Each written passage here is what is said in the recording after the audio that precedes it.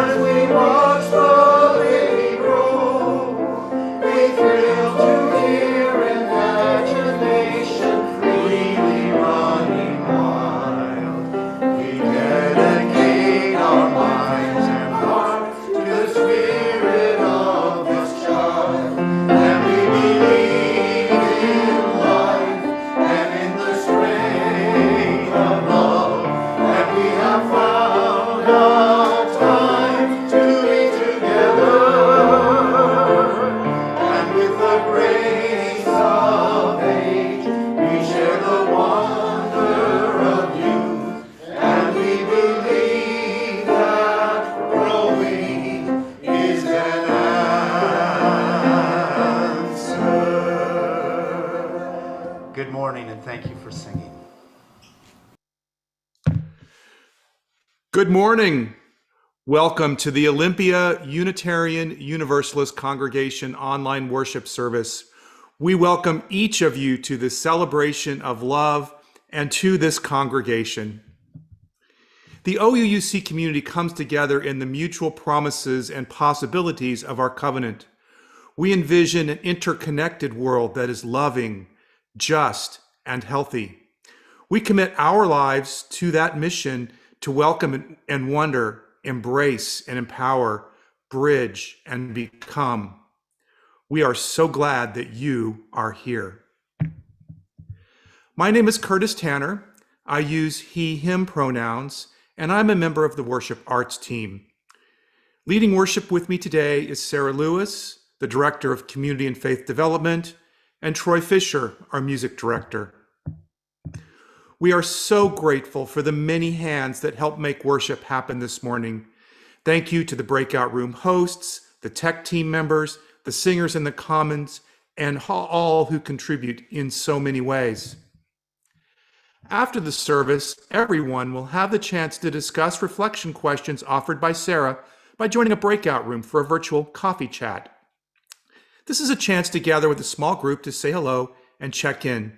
Each breakout room will be hosted by someone to help make sure everyone knows each other and has a chance to share. We hope that you'll join in that discussion.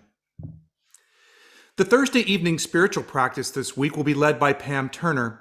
At 7 p.m., she will offer a calm and quiet space online to step back, take a breath, and catch up with yourself.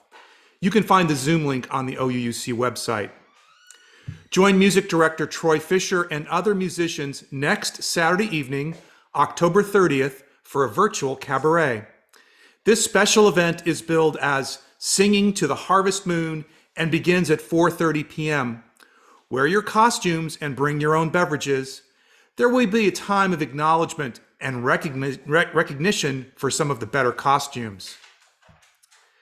Next Sunday, which is Halloween, we will host a trunk and treat from 3 to 5 p.m. at OUUC.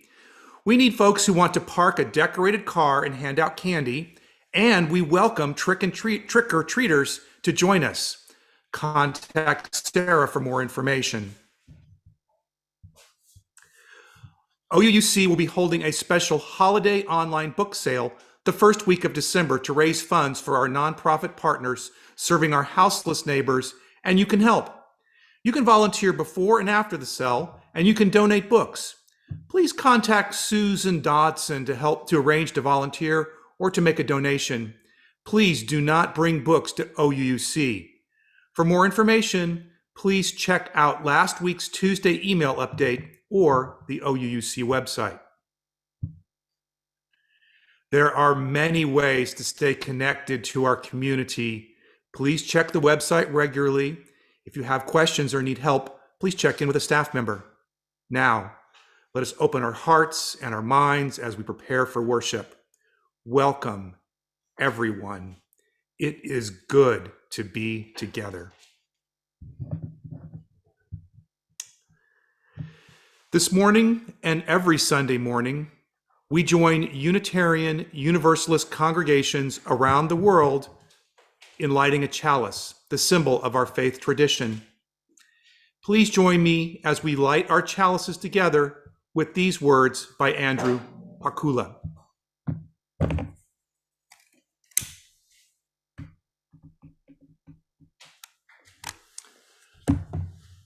Afraid of the dark. In sightless night, terrors draw near. Nameless fears of talon and tooth. Hopelessness yawns before us, an abyss. Alone and unknown in the gloom, longing for the dawn. O sacred flame, blaze forth, wisdom brought to life. Guide us with the light of hope, the warmth of love, the beacon of purpose and meaning. Because we are all afraid of the dark, let there be light.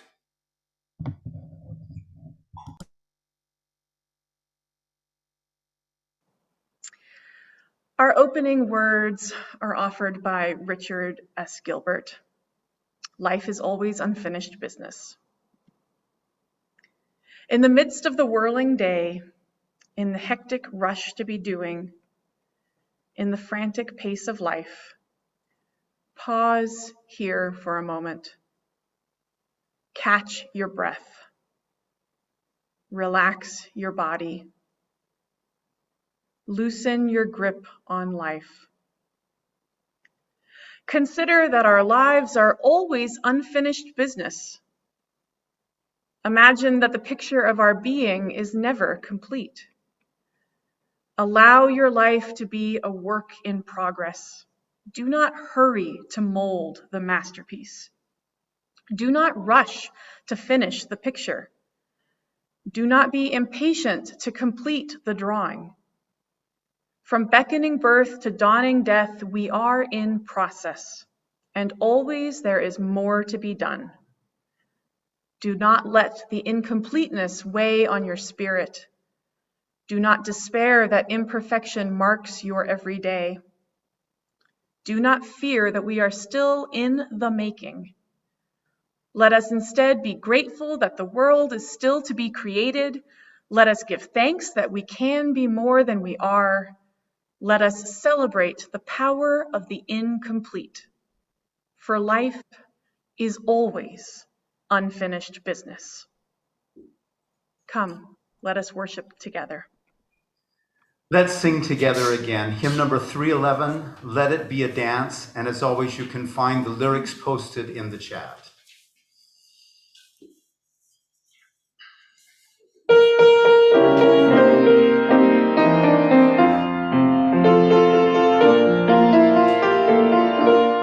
Let it be a dance we do. May I have this dance with you. Through the good times and the bad times too. Let it be a dance. Let a dancing song be heard. Play the music, say the words, and fill the sky with sailing birds. Let it be a dance, oh, let it be a dance. Let it be a dance. Learn to follow, learn to lead. Feel the rhythm, feel the need. To reap the harvest, plant the seed. Let it be a dance. Let it be a dance we do. May I have this dance with you. Through the good times and the bad times too. Let it be a dance. Everybody turn and spin. Let your bodies learn to bend.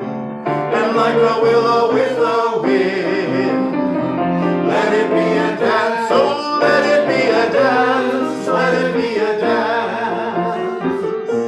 A child is born, the old must die. A time for joy, a time to cry. Take it as it passes by. Let it be a dance. Let it be a dance we do. May I have this dance with you. Through the good times and the bad times too. Let it be a dance. Morning stars come out at night. Without a dark there is no light. If nothing's wrong, then nothing's right. Let it be a dance. Let it be a dance. Let it be a dance. Let the sunshine, let it rain. Share the laughter, bear the pain. And round we go again. Let it be a dance.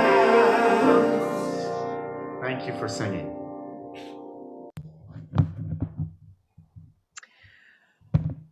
Our story today is called The Origin of Death. It's from the Siksika or Blackfeet people, as recorded by Joseph Bruchac, an Abenaki storyteller. When the world was new, old man and old woman were walking around. Let us decide how things will be. Old man said. That is good, said old woman. How shall we do it? Well, since this was my idea, I think I should have the first say in everything. That is good, said old woman, as long as I have the last say. So they walked around and looked at things. Then old man spoke. I've been thinking about hunting. The men will be hunters. Anytime they want to shoot an animal, they will call it and it will come to them. I agree that men should be hunters, said old woman. But if the animals come when they are called, life will be too easy for the people. The animals should run away when they see the people.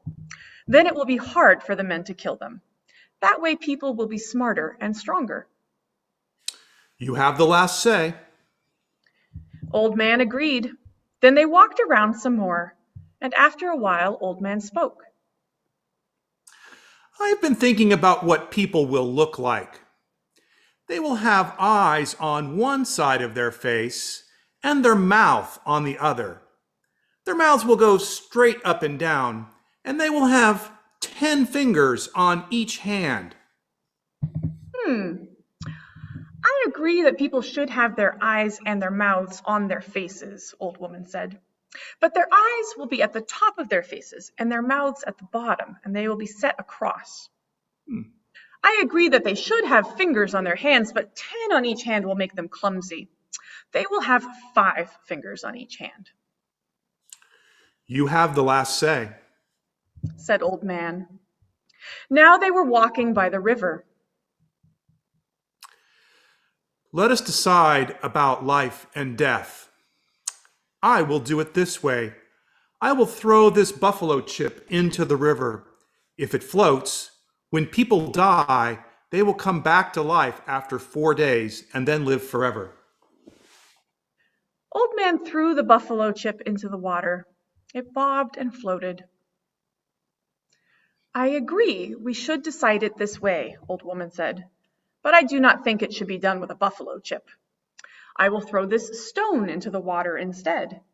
If it floats, the people will die for 4 days and then come back to life and live forever.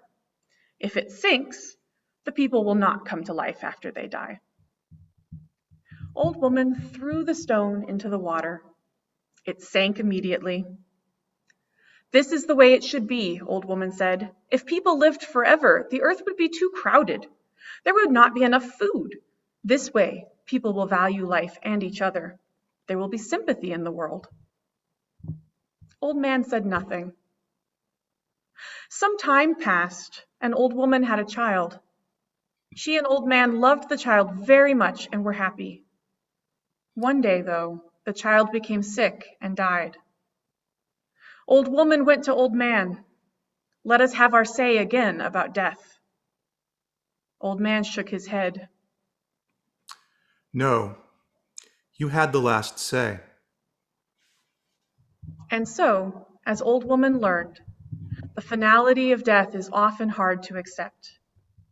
And yet, without the origin of death, the earth would be too crowded with no room for new children. And as Old Woman said in her last say, death brings sympathy and compassion and appreciation of the gift of life. Thus ends our story.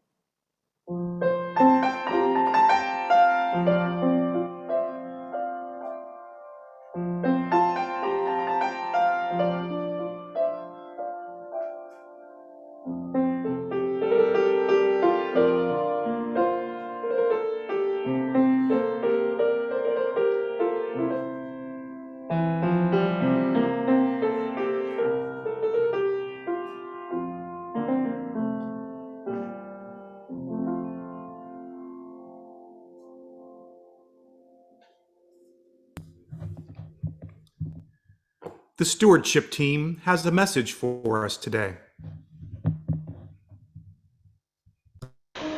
You know, I think about the resilience of our congregation. Look at what we've done. We have amazing Zoom church services. We continue to do other activities through Zoom. We do what we need to do. If we come to church, we wear masks. You know, the choir sings outside.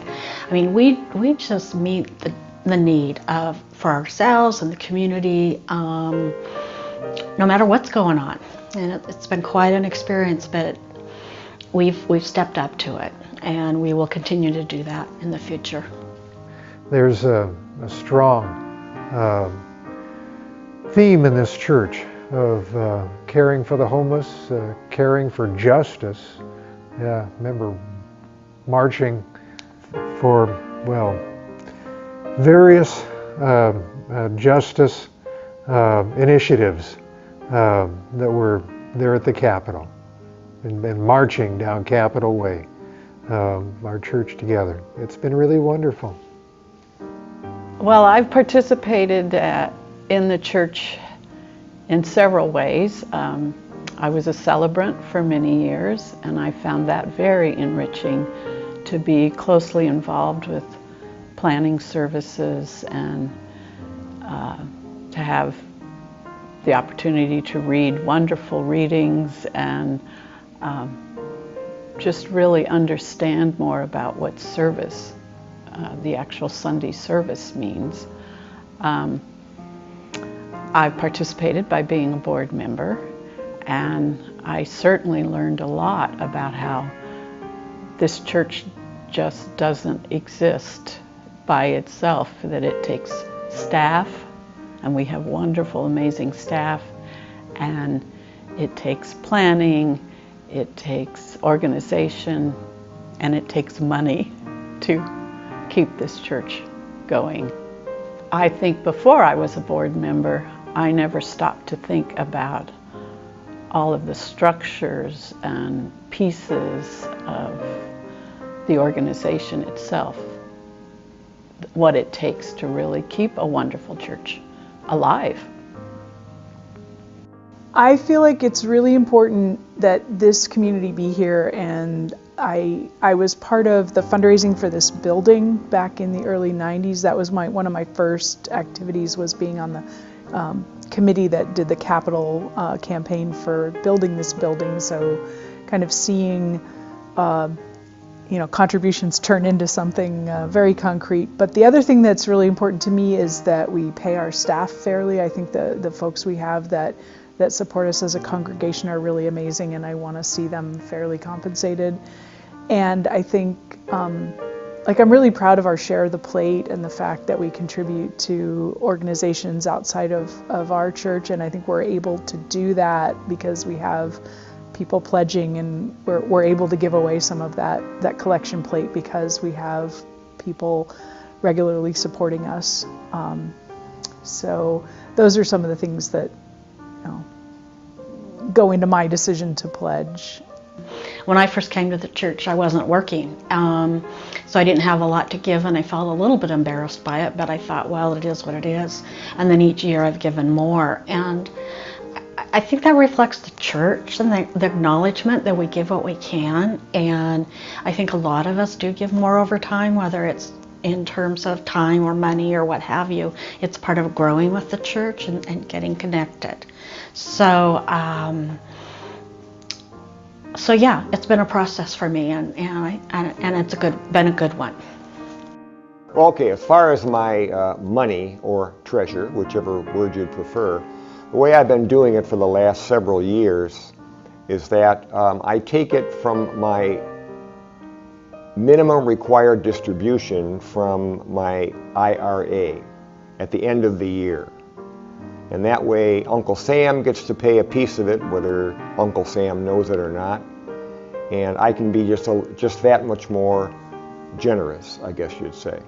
It's important to me to put my resources into things that matter to me, and that there's a lot of causes you can support, but this one is, I benefit from it personally, but it's also something that I see what happens with the money. I see where it goes. I see what we're able to do with it. And I feel like that this community supports people who then go out and do a lot of other good in the world. And I think that's really important to me, to invest in the things I care about.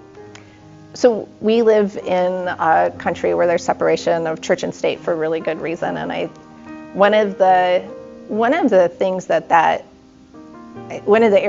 that exhibits itself differently for us here in the United States than maybe elsewhere around the world is that we do have to take responsibility to support our congregation and take that seriously and really lend our treasure to the community. A friend of mine, he was passing the hat with for a really good organization, and he said, give until it hurts. And I think, no, I like giving until it feels good.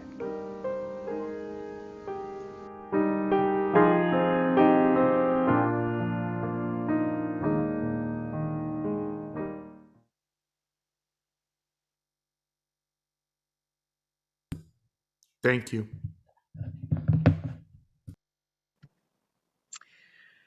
We came together in community this morning, bringing all that is in our lives. In this space, we draw on the strength of our community to listen deeply and hold all that we bring here with us. In this space, we share from our hearts what brings us joy and sorrow, what brings us worry and delight, what makes us afraid, and what makes us dance. Let's open our hearts to the complexity of life, our own and others. If you would like to send in something to share, please look for the link on the online worship page on the OUUC website, and we'll bring it into the service next week. You will hear a drum beat as we share today. It brings into our awareness that our individual hearts beat, and together we create the heartbeat of our community. Right now, I invite you to take a breath as we open our hearts to receive the complexity of all that is in our lives and community today.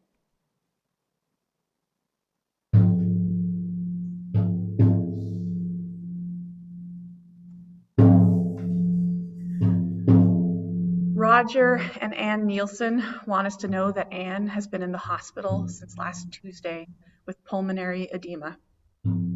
She is doing better and hopes to return home early this week. She would find comfort in knowing good thoughts were coming her way. Ann, we send you our love, care, and wishes for a full recovery.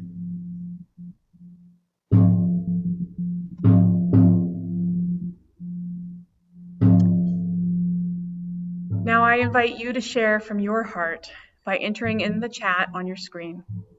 This is a time to share all that you wish, joys and sorrows, and whatever else is shared from your heart. As we take in what is posted, let us hear the heartbeat of our community and reach out our hearts in love and care for all those who share.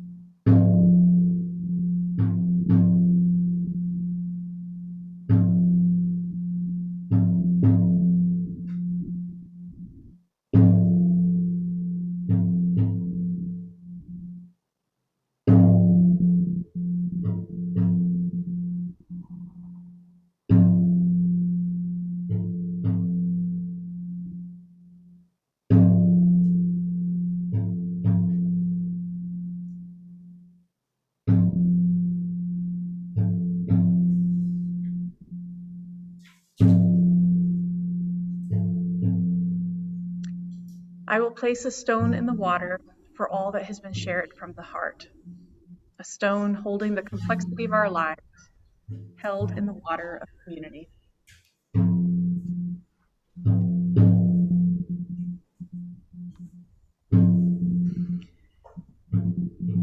And then we will place one more stone in the water for all that we hold in our heart remains unspoken.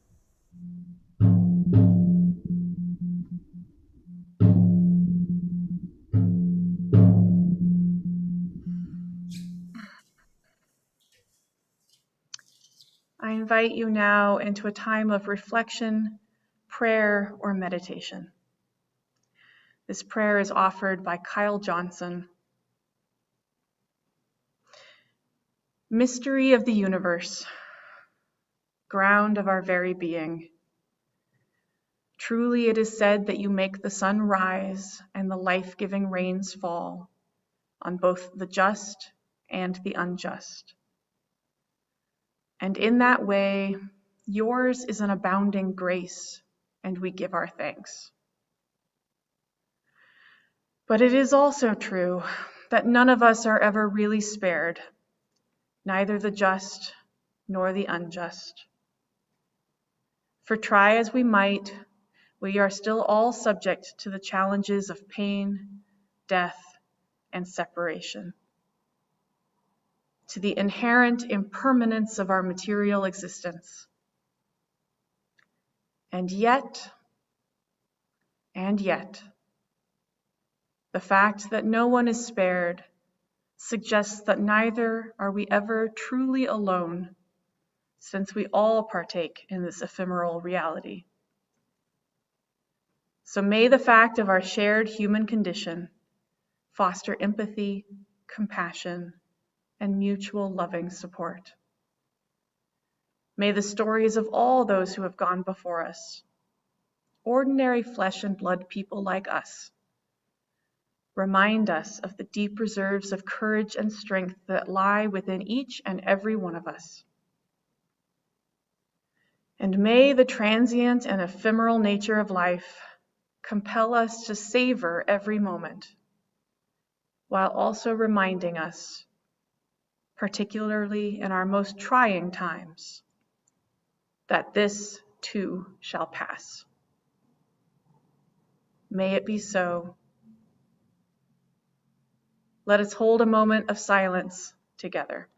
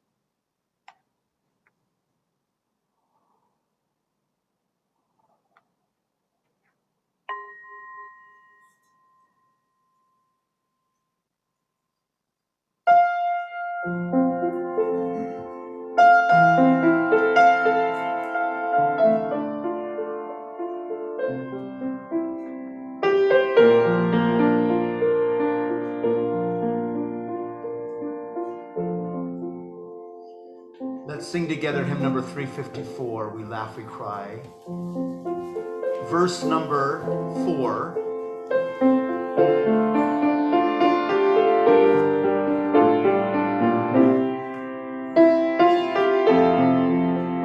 The lyrics will be posted in the chat.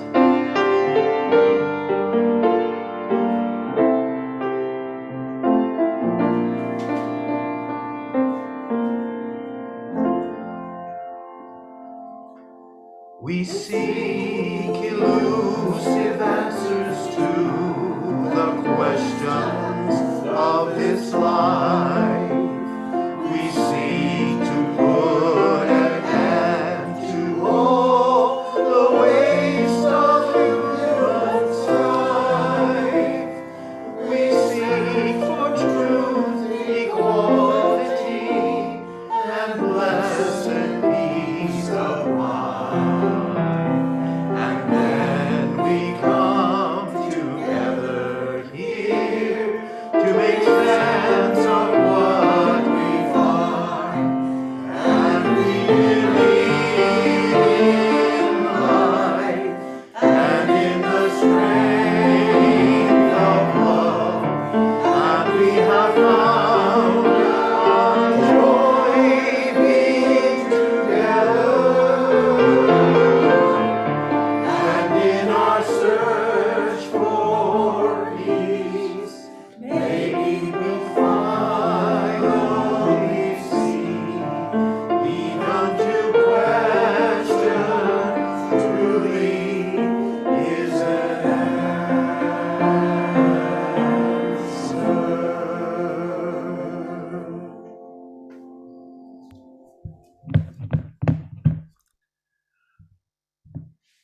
Our prayers and meditations deepen our gratitude for what we know as sacred in our lives and in this world. Each Sunday, we express our gratitude by joining together in service to our community and to something greater than ourselves. The offering collected here does two things. It supports the ongoing work of OUUC, which is also supported by your regular pledges. Thank you so much. This offering also supports an organization that serves our community in harmony with our Unitarian Universalist values. Our Share the Plate recipient for September and October is Rebuilding Together Thurston County. RTTC provides free handicap modifications and home repairs for nonprofit facilities and low-income homeowners who are seniors, disabled, military veterans, and/or families with young children. Through critical home repairs and ADA modifications in underserved communities, Rebuilding Together Thurston County addresses a connection between health and housing while preserving the existing affordable housing landscape. You can participate in the offering by making a donation online through the church website or by texting the number that will appear on your screen in just a moment. You can also mail a check to OUUC. Heather Christensen reminds us that Unitarian Universalism is a grand vision of the world filled with peace and justice, love and joy. That vision is embodied in our congregations, and every congregation depends on each of its members. Each of you, by your commitment of time, energy, and resources, helps make that grand vision real. Individually and together, we build a world filled with peace and justice, love and joy. May the offering now be generously given as it is gratefully received.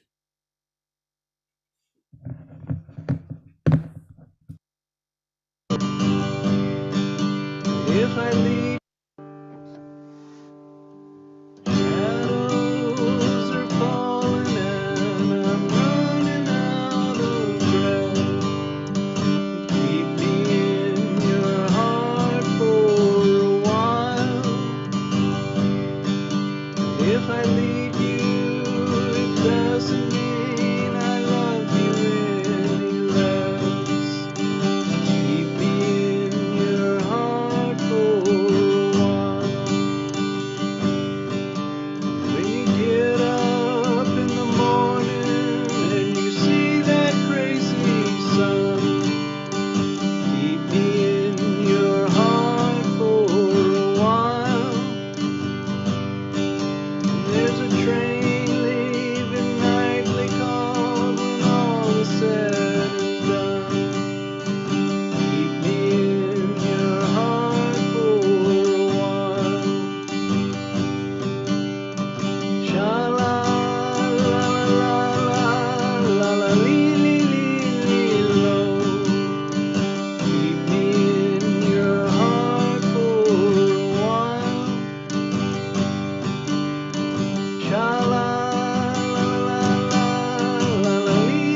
Sha-la-la-la-la-la-lee-lee-lee-lee-lo. Keep me in your heart for a while. Sometimes when you're doing simple things around the house, maybe you'll think of me and smile. You know I'm tied to you like the buttons on your blouse. Keep me in your heart for a while. Hold me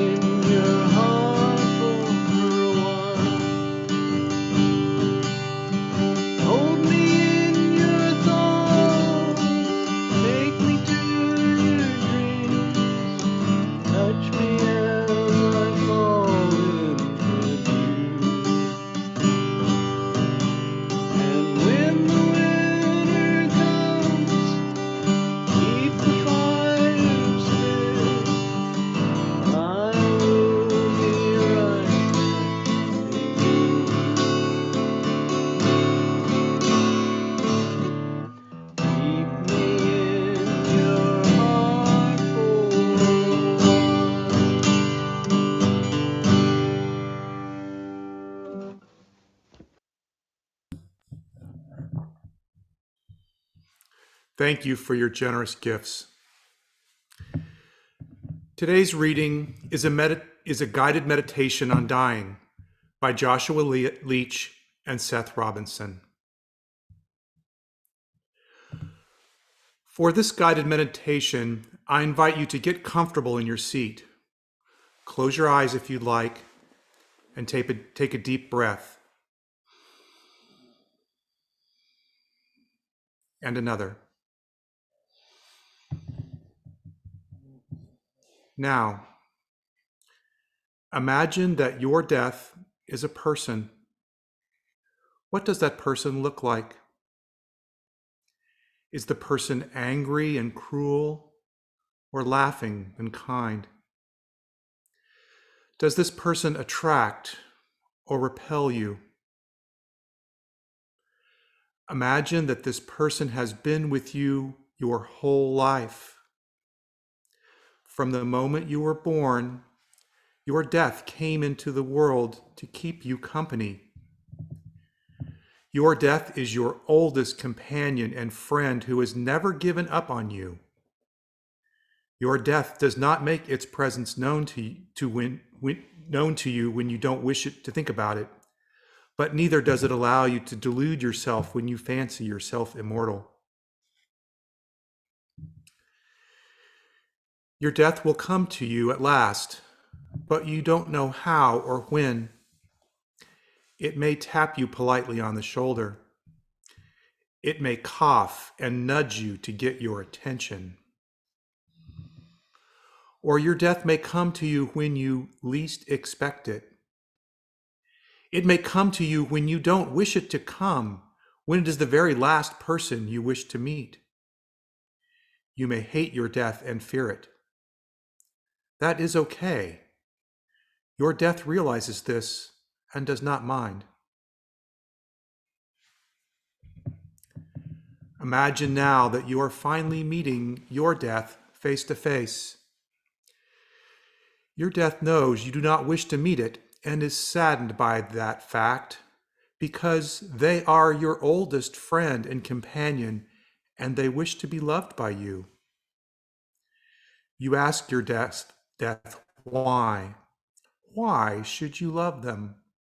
Why does it matter? Does it remind you that you could not live if you did not also die? Does it tell you that life and death are not enemies of one another, but two sides of the same coin? Does it remind you of other things that you love, even though they too are finite, limited, terminal? Other people, places, memories, objects? Or does it say something else entirely? Or nothing at all?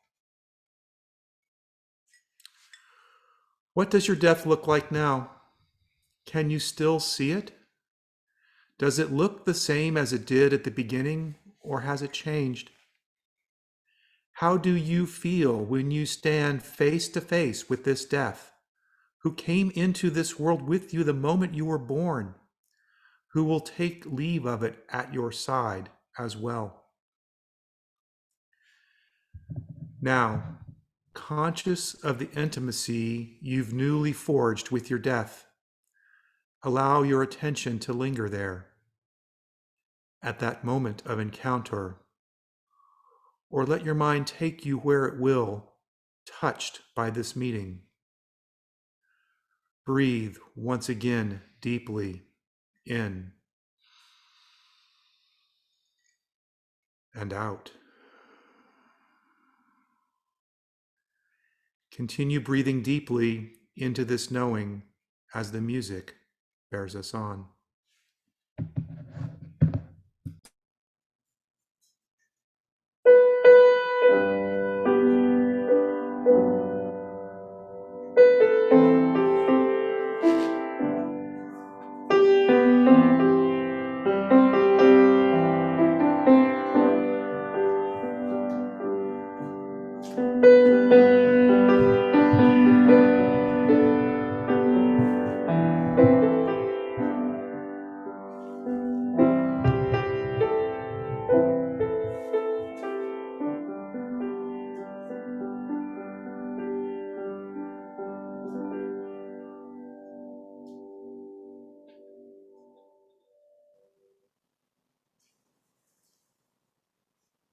This summer, I took a class on death and dying from the Chaplaincy Institute as part of my seminary training. One part of the class was for each of the students to create a death plan for themselves. Writing a living will was easy enough for me, but thinking through my wishes for a memorial service and burial options was a deeper dive into my own values. I created and shared a plan for my own memorial and burial with my family, a very meaningful and important exercise in facing my own mortality. It wasn't the first time I was confronted with the fact that I will die someday, of course. We all know this to be true after some point in our childhood when death first becomes real to us. For me, that time was when I was 10 years old and a friend of mine died. His funeral was a Catholic open casket service, and I remember looking at his face, looking so strange, all covered in thick makeup, and being struck by the reality of death. When was the first time you became aware of death? My own death took on a different meaning for me when I was 18 and joined the Army National Guard.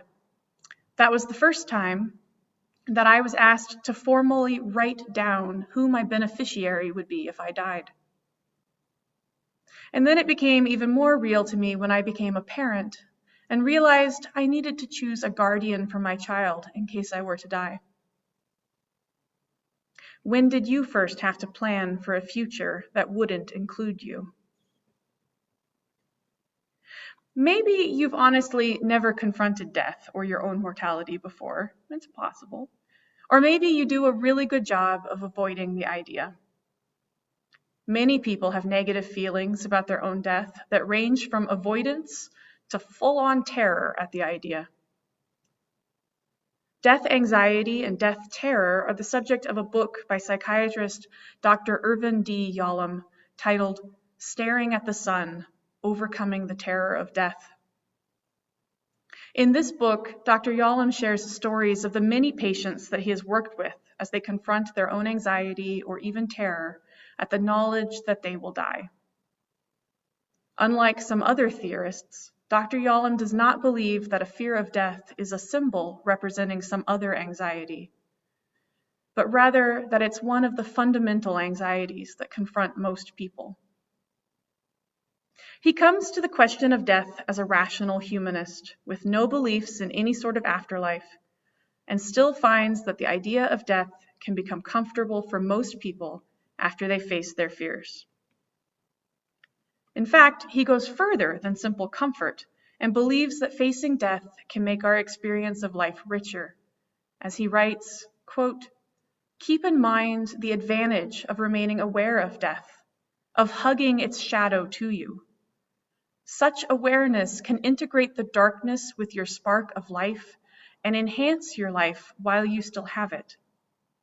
The way to value life, the way to feel compassion for others, the way to love anything with greatest depth is to be aware that these experiences are destined to be lost."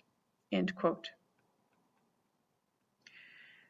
This reminds me of the way our former minister, Arthur Vaney, liked to speak of life itself as a gift, as the ultimate gift that we have all received. Each year that we live is a chance to seek truth and know love, which is a gift. He wove that understanding of life into the birthday song that he wrote and we sang for many years here, which some of the old-timers will remember. That birthday song celebrated the preciousness of each new day that we are given. I'm also reminded of one of my favorite Mary Oliver poems, The Summer Day. In this poem, she reflects on the meaning of life and nature and how she has spent the day simply being idle and strolling and appreciating nature. She ends with a question. Should she have done anything else? Doesn't everything die too soon? Which brings the last two lines of the poem. Tell me, what is it you plan to do with your one wild and precious life? Yes, your one wild and precious life. Isn't that just a delicious phrase? Knowing that this life is temporary makes it so precious. How will we each choose to spend the days that we are given? How will we treat them as though they are precious? And life is also wild, a word that for me brings to mind the sheer adventure of not knowing what may happen or what may come next. We can embrace this kind of life and live more fully precisely because we know that it ends. In the words of the country song by Tim McGraw, may we all get the chance to live like we were dying. Of course, many people believe that there is something else after death that the human soul will experience. There are religious beliefs from many different traditions, but these beliefs also come from direct experiences that many people have. Some people, including some of you today perhaps, have experienced past life memories. These are memories of being alive before as another person in another time. For people who have had this experience, and for those who believe in reincarnation, this is not our one and only life. Of course, it's still the one and only life that will be just like this, with you being this person that you are right now. Others, including maybe some of you today, have experienced a sense of communicating with or seeing spirits or ghosts. For people who have had this experience, and for others as well, there may be a belief that the spirit or soul of a person lingers on after death and is still interested in what is happening in the living world. Many cultures and traditions include a belief in ancestral spirits still being connected and concerned with the lives and well-being of their families. Other beliefs include hungry ghosts or unhappy spirits that need to be helped in some way to be at peace or to move on. And then there are people who have had what are called near-death experiences, where they come close to dying, maybe technically dead for some period of time, and then come back to life with memories of an experience of something. Many of the descriptions of these experiences include similar elements, but not all do. Many are positive experiences, but it's estimated that 1 in 5 are distressing. Some people have experiences that they describe as hellish or awful in some way, while others describe a sort of heavenly gathering. These near-death experiences lead many to believe in some kind of afterlife that our spirits or souls will experience after death. Anecdotally, people who work in hospice settings share that many people who are about to die will dream of or say that they are seeing loved ones who have died, come to tell them that it's all okay and they'll be together soon. Many people believe that there will be some sort of reunion with the souls of loved ones after death. On the other hand, some believe that death is the end of everything and there is no afterlife. The ancient Greek philosopher Epicurus was one of the thinkers who proposed this view with 3 arguments. First, the mortality of the soul. The soul dies when the body dies. Second, the ultimate nothingness of death. If the soul is mortal and dissolves, then there is no thing to experience death. Therefore, death cannot be perceived and doesn't really exist for the dead. And 3, the argument of symmetry, that the state of non-being after death is the same state as we were in before we were born. Dr. Yalom finds the 3rd argument particularly comforting, writing, quote, "I have personally found it comforting on many occasions to think that the 2 states of non-being, the time before our birth and the time after death, are identical, and that we have so much more fear about the second pool of darkness and so little concern about the first." End quote. Others, including me personally, are not sure of any kind of afterlife for the soul, but still find comfort in the fact that we are all part of the matter and energy of the universe. And after our death, the bits that made up us will return to the cycle and the interdependent web. Sometimes jokingly called compost theology, this is an awareness that living matter dies and is transformed into the stuff of new life and is never really lost. Or, in another metaphor that is popular for explaining one of the Buddhist understandings of death, a wave exists for a short period of time before coming down and becoming the water again. Where did the wave go? Back into the water, which never goes away. Each of our lives is like a wave, an illusion of separation from the essential larger reality. Unitarian Universalism does not tell us what to believe about death. It is one of the great mysteries. What we do agree on is that we will accept each other's diverse ideas and that all are worthy and loved.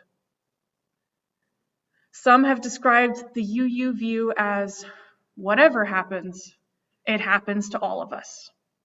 No one is damned while others are saved.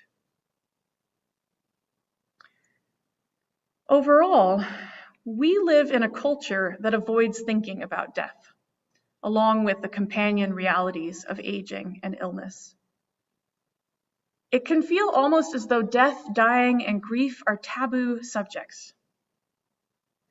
While we do have one national holiday, Memorial Day, set aside for remembering those who have died in wars, the holiday is usually wrapped in a flag and barbecue, and more about being a time to be together than a time to acknowledge death. I have found over the years that when we create space here for people of all ages to talk about death, they welcome it, and they also notice how unusual it is. It has stuck with me for years that at one of our children's Day of the Dead classes one year, a young boy who I didn't know very well shared that his grandfather had died. And then he said that it was nice that it was okay to be sad here, that he couldn't be sad at school because people didn't like it. We've built a culture where kids feel like it's not okay to be sad, where we whisk death and illness away out of sight, and where we avoid talking about the reality that all of us will die at some point. Many cultures keep death closer and honor it as part of life. In recent years, the Mexican holiday of Dia de los Muertos has become widely known, with the animated movie Coco bringing it into popular culture. We have, in the past, held Dia de los Muertos services here at OUUC. It is a beautiful example of a healthy engagement with death and grief. However, we've come to understand now that it's not appropriate for a mostly white congregation or for white folks in general to simply take on traditions and rituals from another culture without invitation or context. This issue was well explained in a blog post by Aya de Leon titled, "Dear White People / Queridos Gringos, you want our culture, but you don't want us. Stop colonizing the Day of the Dead." She writes, quote, "It is completely natural that you would want to participate in celebrating the Day of the Dead. You, like all human beings, have lineage, ancestors, departed family members. You have skulls under the skin of your own faces, bones beneath your flesh. Like all mortals, you seek ways to understand death, to befriend it, and celebrate it in the context of celebrating life and love." However, she goes on to point out the difference between coming as a guest to an Indigenous-led event versus putting on your own event or wearing a costume, particularly in the cultural context of continued racism and oppression of Hispanic and Latine and Indigenous people. as she says, quote, "There's nothing wrong with wanting to participate in this deeply human holiday. There is something wrong with wanting to colonize," end quote. Of course, there are European traditions that honor death as well. The roots of the holiday Halloween, which we will celebrate next week, are in old pagan holidays such as the Celtic Samhain, which honored the dead. The Catholic Church incorporated those old pagan celebrations into All Souls' Day, a holiday for remembering the dead. Soul cakes would be baked, and soulers would go door to door singing and offering prayers for the souls of the people's dead loved ones, and then they would be given a cake in exchange. From that, we get trick-and-treating. And there is the European phenomenon of the Memento Mori, which is Latin for remember that you must die. Memento Mori are artistic or symbolic reminders of the inevitability of death. Skull and coffin motif jewelry became very popular in the 16th century. So our modern goth and emo kids are following in a long tradition. And there are cultural observances around death from African and Asian cultures as well, as people have always died and all cultures have recognized that in different ways. There are many rich sources to draw respectfully and responsibly from as we craft our own remembrances of death. We have many models of cultures that accept death in healthy ways. And as we accept the fact that we all must die, you may want to prepare for your death. Leaving your loved ones with clear instructions for how you want to be treated as you are dying, how you want to be remembered, and what you want done to and with your body is actually giving them a gift, as they don't have to guess what you might have wanted. Putting your affairs and your stuff in order so others don't have to sort through a mess is also a gift you can leave behind. And none of us are so young or healthy that we don't need to think about it yet.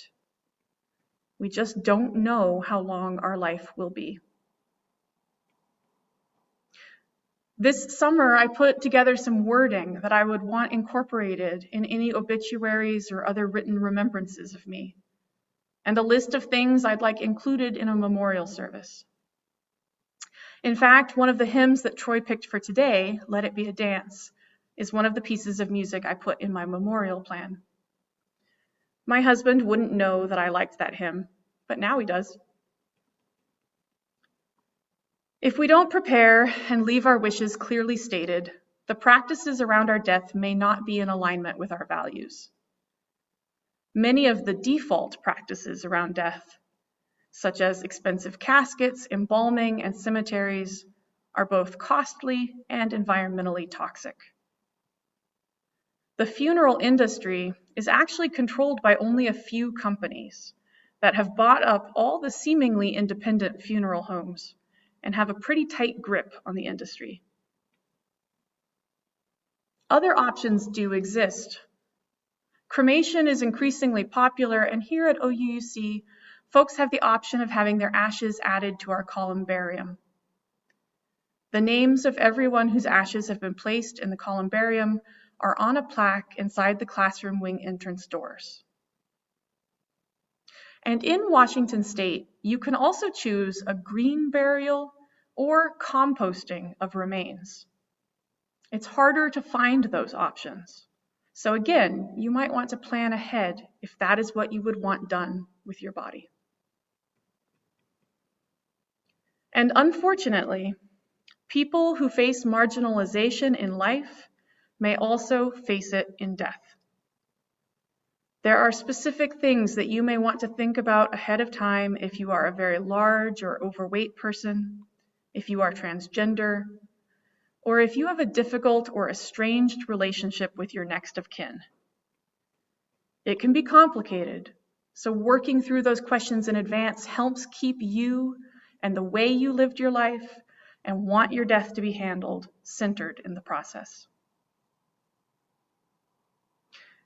If any of you are now curious about the whole funeral and death process, I recommend YouTuber Caitlin Dowdy, whose channel is called Ask a Mortician.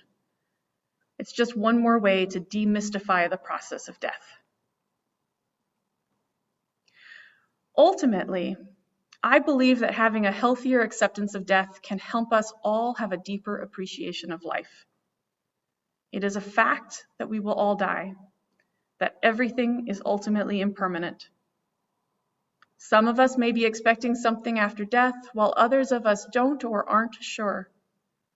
But whatever may come after death, it won't be this life anymore. This life, the life that you are living right now, today, is your one wild and precious life. It is a gift that you have been given.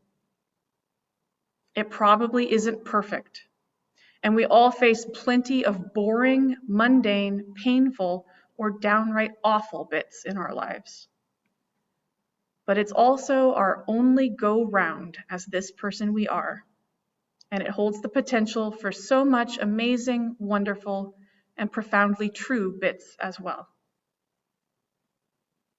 So may we all live fully, love well, and leave this life, when we do, thankful for the gift that we have had. And may we remember those who have died, grieve as we have loved fully and well, and honor death as a part of life. I invite you now into a brief time of silence together.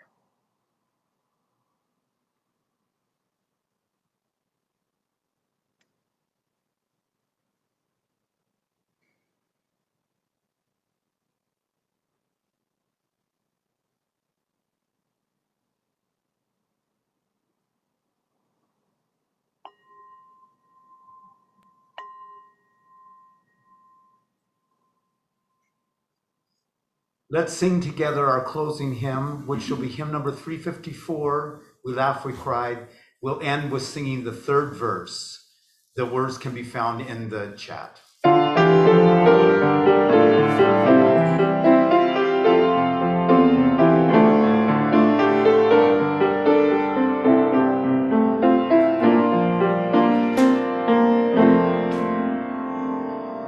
Our lives are full of wonder and our time is very brief.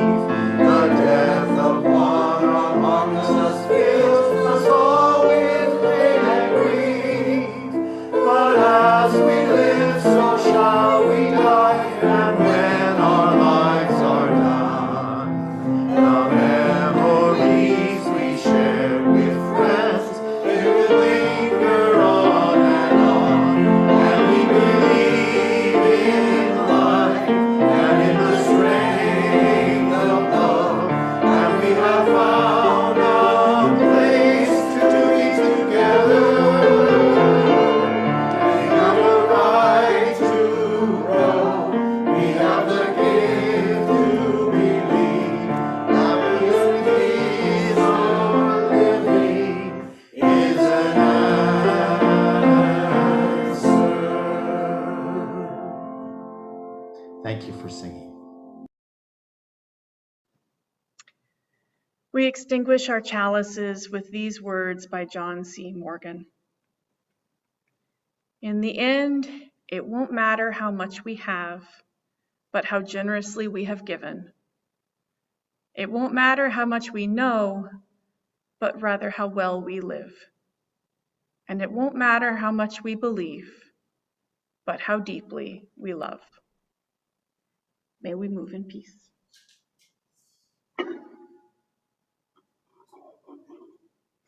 Let's join together in singing our unison benediction.